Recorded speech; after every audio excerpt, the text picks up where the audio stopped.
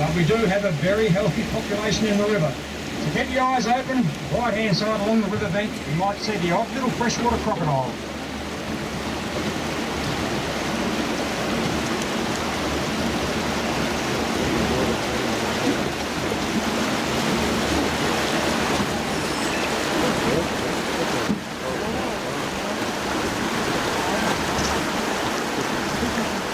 That's it, guys. Sit yourself up on the side, a lot more comfortable. You have a better view out to the river bank there. It's going to play. Now that's a little agile wallaby. Lovely black marking on his face. And a very, very dangerous game. Normally this time of the day you wouldn't see him down here drinking. They normally come down when it's a bit colder. So a little agile wallaby. Now just for your interest, we have no kangaroos in our national park. No kangaroos here, only wallabies. Full variety. Little agile one we can see now. Also get the Rothschild. We get the big black-footed wallaby on the rock walls. Quite spectacular. And also one known as a Rothschild wallaby. Very spectacular wallabies. Also the big wallaroo. We said, people, if you want to get photos, don't be scared to stand up. Maybe just check with the person beside you, behind you, not interfering with their view too much. Sometimes try and get...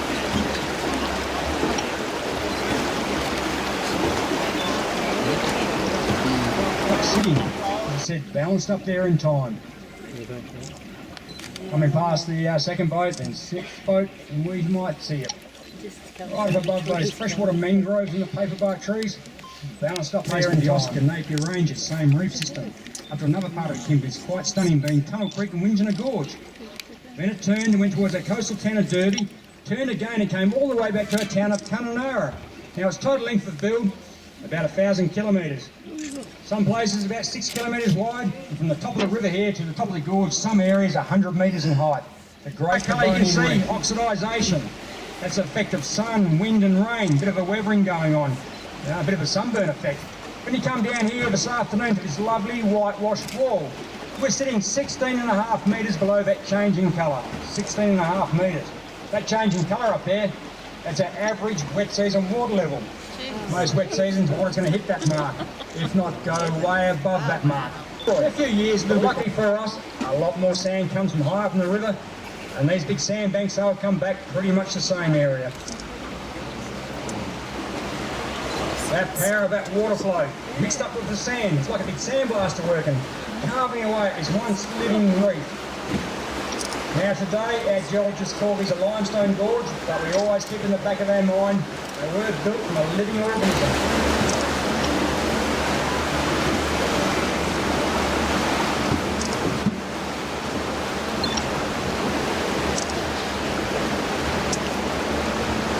There on the rock ledge is a little bird actually feeding at the moment. It's one of our pied cormorants. It's been himself like a little catfish or a perch.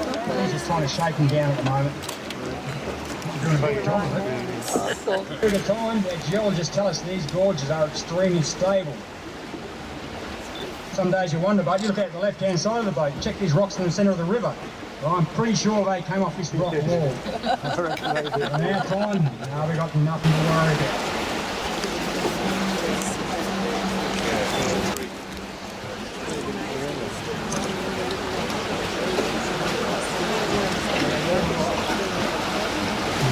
Neighbourhood caves and tunnels. I think a few people are noticing a little clay nest up in those rock walls. Looks like half a clay bottle. It belongs to a bird known as a fairy martin. Well, up here we like to call them bottom flies. They love the waterside view. They'll build those little nests right to the edge of the waterway. Come the wet season, those nests are going to be washed away. And that building process has got to start all over again. Also, as the sun starts to shore where the rocks actually start and finish.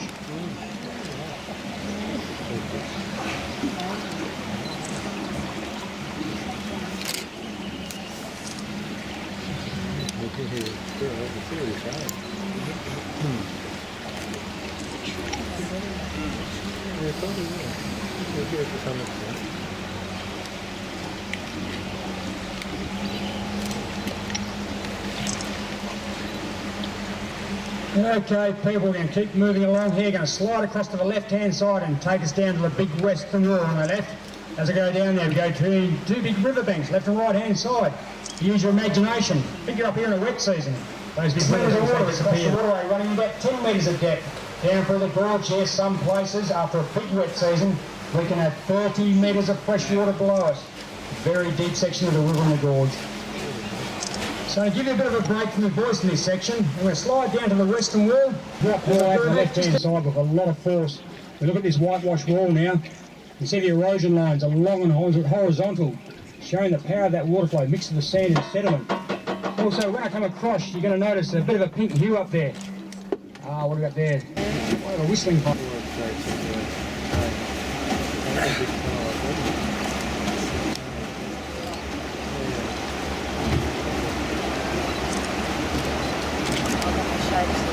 Well, I mentioned earlier on there, the geologists call these a limestone gorge today, but I tell you what, those edges over there, some of those long edges, they are razor sharp. And we try and break a piece of it off, it actually rings like a bell. It's extremely hard to break away. Little trees growing down there, nice and low at the water. Freshwater pandanus, a long green slender leaf. Actually two varieties there, there's also a screw leaf pandanus growing in there. A little group of trees surviving a force.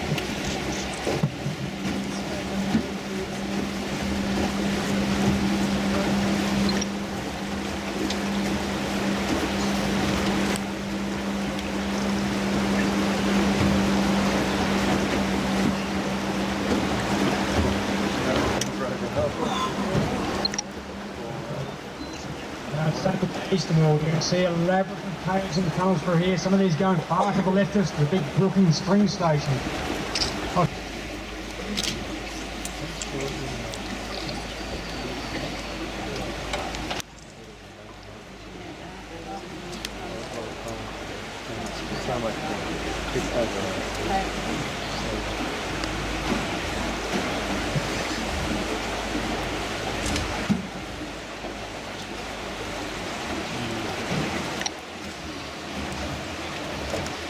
Very important for stabilising our riverbanks, but also some sections of the gorge.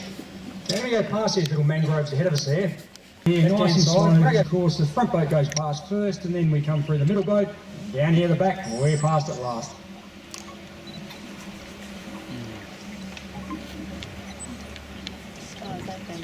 I think that's what it means. If you're on the right-hand side of the boat and want to stand yourselves up and give yourself a better view, by all means do so. Oh, these.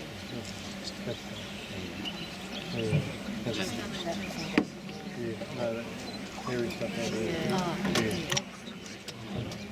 That's limestone. Could be now. Drop at a time. So you start to see that formation up above those freshwater mangroves, you see the formation of stalactites and even the flows or stalagmites forming below them.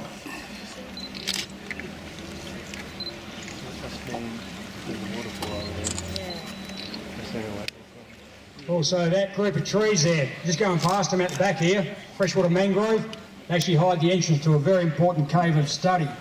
Now a bit of a tale here for you, this happened about 7 years ago now. Start of every dry season, Australia, she's actually a female. Now she's grown a bit larger since then, 7 years ago.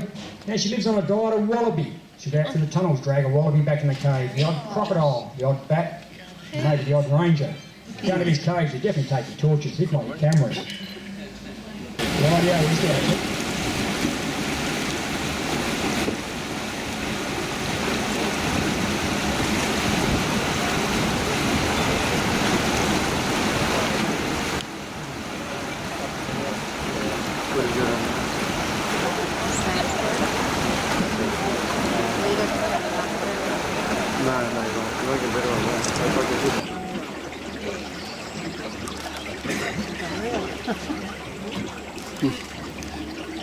Look through the camera to see the picture. No, it's more just a follow instructions rather than games. There's too much food on there. Keep it in the reflection of the tree.